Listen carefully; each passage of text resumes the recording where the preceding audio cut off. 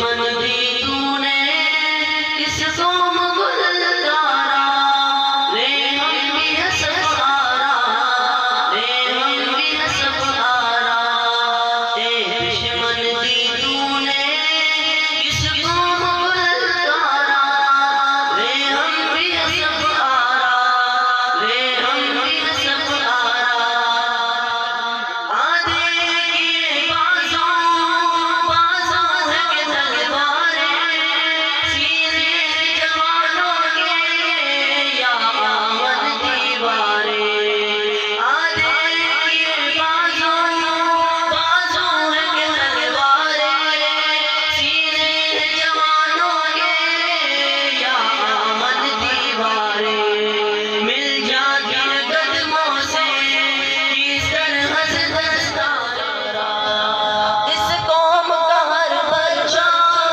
اللہ کا ستائی ہے، اس خاک کا ہر ذرہ تقدیر الہی ہے، اس قوم کا ہر بچہ اللہ کا سپاہی ہے، اس خاک کا ہر ذرہ تقدیر الہی ہے، اس قصے کا ہر بچہ ایک زندہ گواہی ہے، اے دشمن بھی تو نے کس قوم کو للکارا، رے ہم بھی حسب آرا، رے ہم بھی حسب آرا، اے دشمن بھی تو نے کس قوم کو للکارا، رے ہم بھی حسب آرا، رے ہم بھی حسب آرا، آدھے کی بازوں ہے کہ تلواریں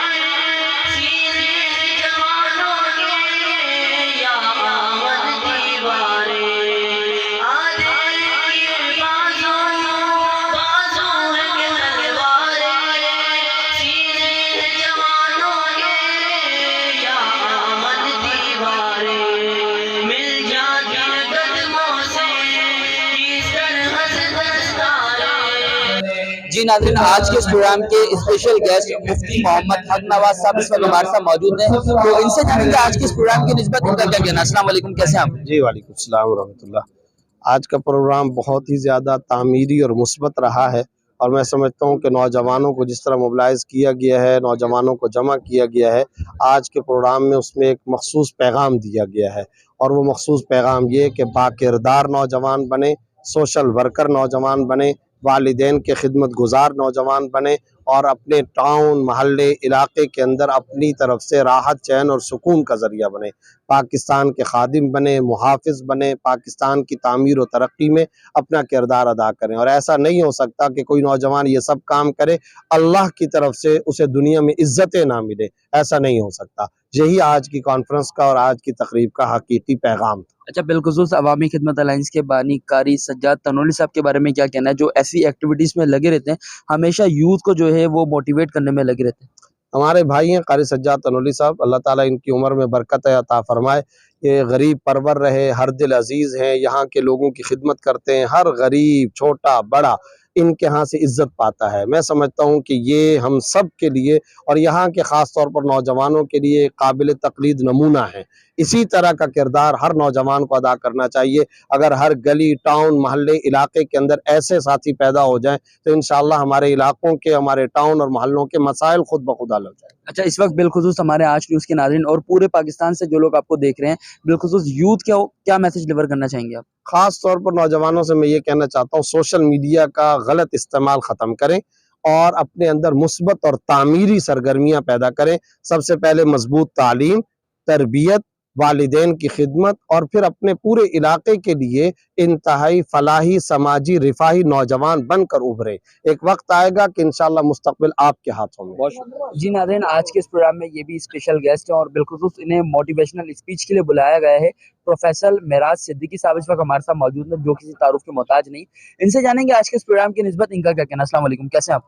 بہت شکریہ رضا، ایکچولی آپ لوگوں کا شکریہ کہ آپ نے اس پروگرام کو کور کیا۔ قاری سجاد کی دعوت پہ ہم یہاں آئے تھے یوتھ کو کیپیسٹی بلڈنگ کے حوالے سے۔ یقیناً یوتھ کے لیے علامہ اقبال نے بہت خوبصورت بات کی ہے کہ سبق پہ پڑھ صداقت کا، عدالت کا، شجاعت کا، لیا جائے گا ان سے کام دنیا کی امامت کا. تو اگر آج اس طرح یوتھ جس طرح ملیر کی کھڑی ہو گئی ہے ویسے پاکستان کے ہر ٹاؤن کے کھڑے ہو جائے تو یقیناً پاکستان میں انقلاب آ جائے گا. اس کی شروعات ملیر والوں نے کی ہے. بالکل دوست، کیا میسج ڈلیور کریں گے جو اس وقت یوتھ جنریشن آپ کو دیکھ رہی ہے، انہیں کیا میسج ڈلیور کریں؟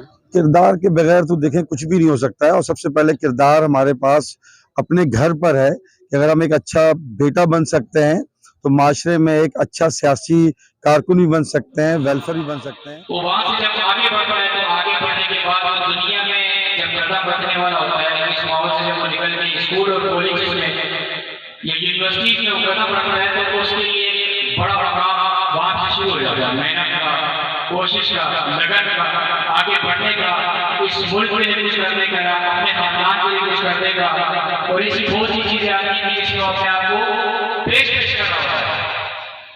لیکن بہت سے لوگ ایسے ہوتے ہیں کہ کسی پیش میں بڑے کامیاب آگے نکل جاتے ہیں. بہت سے لوگ ایسے ہوتے ہیں کہ جن کا دل ہار جاتا ہے کسی وجہ سے. تو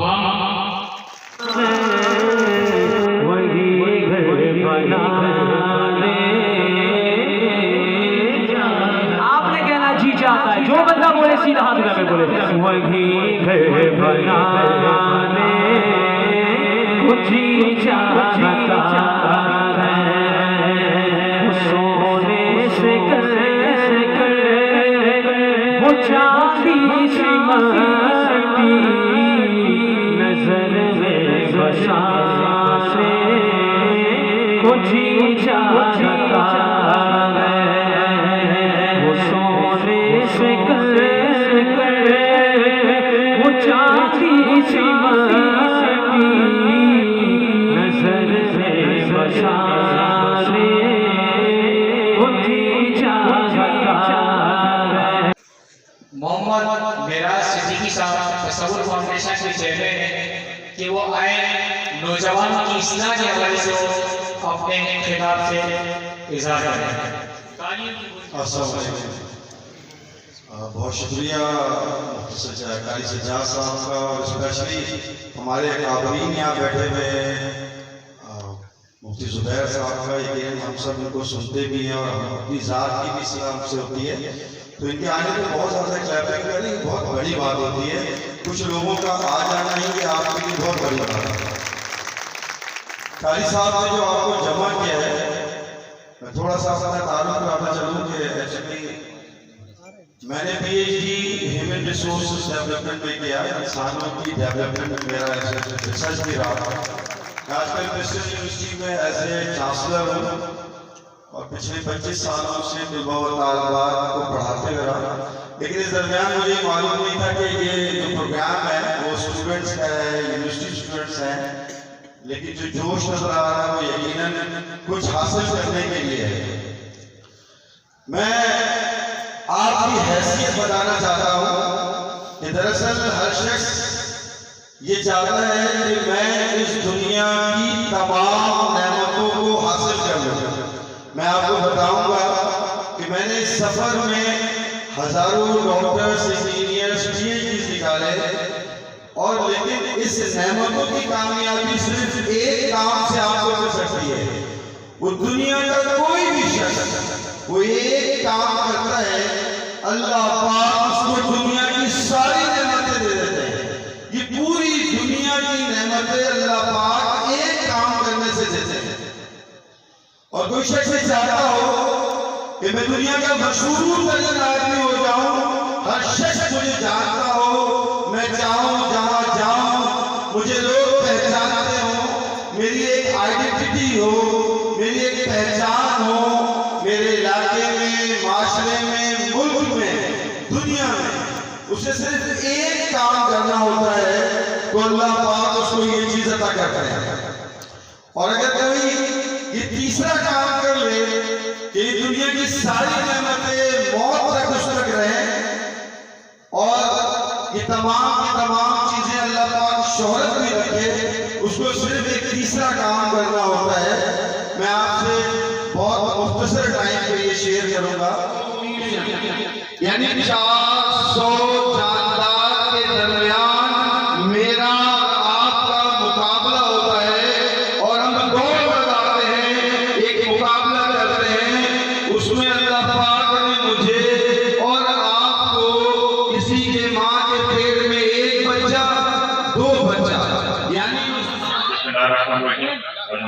رب العالمین والصلاۃ والسلام علیکم یا سید الانبیاء والمرسلین۔ بہت شکریہ علامہ سجاد احمد تنوری صاحب آج انوائٹ کرنے کا، اور مفتی صاحب کے ہوتے ہوئے میرا نہیں خیال تھا کسی کو ضرورت ہونی چاہیے کہ بولیں، میں تو خود ان کا سن کے یہاں پہ اپنی اصلاح کرنے کے لیے آیا ہوں۔ تو مفتی صاحب انشاءاللہ ہم آپ سے باتیں سنیں گے بھی۔ تھوڑا سا کیونکہ مجھے انوائٹ کیا گیا تو میں گفتگو کر لیتا ہوں کہ کردار ہے کیا، اس کی دو چھوٹی چھوٹی سی ایگزامپل ہم دیکھ لیتے ہیں۔ ہمیں جب بھی انسانیت کے حوالے سے یا اس کائنات کے حوالے سے کبھی بھی کسی کی کوئی مثال دینی پڑتی ہے تو ہم مسلمانوں کے لیے سب سے بڑی مثال جو ہے ہمارے آقا علیہ السلام کی مثال ہے۔ حضور کے دور کا ایک واقعہ ہے کہ ایک صحابی جو مسلمان ہو جاتے ہیں اور وہ ایک دن مسجد نبی کے اندر گزار و قطار ہو رہے ہوتے ہیں، تو آگے کریم علیہ السلام سے پوچھتے ہیں کہ تم کیا وجہ ہے کہ تم اتنا رو رہے ہو، کوئی دکھ ہے، کوئی پریشانی ہے تو مجھے بتاؤ، کیونکہ وہ رحمت للعالمین ہے۔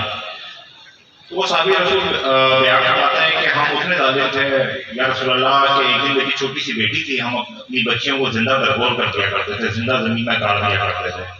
تو میری چھوٹی بچی تھی اور ہمارے روایات یہ تھے، ہم اس کالے دور میں جیتے تھے کہ میں جب اس کو دفن کر رہا تھا تو وہ اپنے چھوٹے ہاتھوں سے اور اپنی معصوم آواز سے مجھے چلا رہی تھی کہ بابا اب یہ کیا کر رہے ہو، آپ کے کپڑے گندے ہوئے ہیں، لیکن میرے دل میں کبھی نرمی نہیں آئی۔ اور اب وہ دن وہ صحابی رسول ساری زندگی جب قدم اٹھایا کرتے تھے تو اس چیز کو دیکھا کرتے تھے کہ کسی چونٹی کے اوپر، کسی کیڑے کے اوپر ان کا پاؤں نہ آ جائے کہ خدا کی مخلوق جو ہے بلا ہو جائے، کچل کے مر نہ جائے۔ جو کردار جو سارا بنتا ہے اس کی مثال حضور علیہ السلام کی ہے۔ ہم نوجوان ہیں اور آج کل کے جس اوپن معاشرے میں ہم زندہ ہیں، کہ بلال خان بھائیوں کی پوری ٹیم اور میرے ہم سفر ساتھی دوست و بھائی الائنس کے عوامی خدمت الائنس کے مرکزی صدر لال خان بھائی اور ان کے ساتھ پوری میری ٹیم قطع دل سے مشکور ہوں کہ میں آج پورے دن تو یہاں وقت نہیں دے سکا کیونکہ میں ہسپتال میں تھا، ہمارے بچہ رات کو ایکسیڈنٹ ہوا ہے تو میں سیدھا اسپتال سے آیا ہوں۔ اس کے لیے میں اپنے تمام دوستوں سے معذرت خواہ ہوں کہ میں دن میں کاموں میں ہاتھ نہ بٹا سکا۔ بہرحال میں ان کا بے حد ممنون و مشکور ہوں کہ انہوں نے اچھے انداز میں سارے کاموں کو ترتیب دی۔ اللہ پاک مزید آئندہ بھی انہیں نوجوانوں کو جمع کرنے کی اور ملک کو قوم کی خدمت کرنے کی توفیق عطا فرمائے۔ میرا مقصد خطاب کرنا نہیں ہے، میں نے وکی بھائی سے گزارش کی کہ میں اپنے برادر مکرم جناب مفتی محمد زبیر حق نواز صاحب کو میں خود دعوت دوں گا خطاب کے لیے۔ میرے بھائیوں، بہت سے ایسے دوست یہاں تشریف فرما ہیں جن کی سوچ یہ ہوتی ہے کہ میں سیاست میں جاؤں گا تو میں کچھ بنوں گا، میں MNA بنوں گا تو کچھ بنوں گا، MPA بنوں گا کچھ بنوں گا، سینیٹر بنوں گا کچھ بنوں گا، وزیر بنوں گا کچھ بنوں گا، مختصر گورنمنٹ کے کسی عہدے پر آؤں گا تو کچھ نہ کچھ بنوں گا۔ میرا اس بات پر ایمان ہے واللہ العظیم کہ اس میں ایک رتی میری سوچ کے مطابق 1% بھی یہ سوچ صحیح نہیں۔ یہ بات میں کیوں کر رہا ہوں، عنوان سے بھی اس کا تعلق نہیں ہے، یہ میں اپنے اس بھائی کو بلانے سے پہلے آپ حضرات کو بتلانا چاہتا ہوں۔ ہزاروں نہیں لاکھوں کی تعداد میں علماء، حفاظ کرام، قرآن کے قاری اور انگریزی تعلیم حاصل کرنے والے بچوں اور بچیوں کی کوئی تعداد ہی نہیں وہاں سے فیضیاب ہو رہی ہے۔ ان کا اپنا صاحبزادہ مفتی محمد زبیر اپنی محنت، کوششوں سے اور یہ جو ملیر کے سطح پر آپ حضرات دیکھتے ہو کہ میں خدمت کے نعرے لگاتا ہوں، عوامی خدمت اپنے مدد آپ کے تحت کر کے اللہ نے اس کو دنیا میں بھی عزتوں سے نوازا ہے، اور انشاءاللہ میرا تو ایمان ہے کہ آخرت بھی ان کی کامیاب ہے۔ تو اللہ نے ان کو اسلامی نظریاتی کونسل کا ممبر بھی بنایا. دنیاوی اعتبار سے میں اس کو ان کے مقابلے میں کوئی حیثیت نہیں سمجھتا. ان کا دوسرا خدمت کا آپ کو جو ہے نا رخ بتلاؤں. پورے ملک میں سیلاب آیا بھی حال ہی میں اس وقت اسیری میں تھا. 600 گھر اپنی طرف سے تعمیر کروائیں.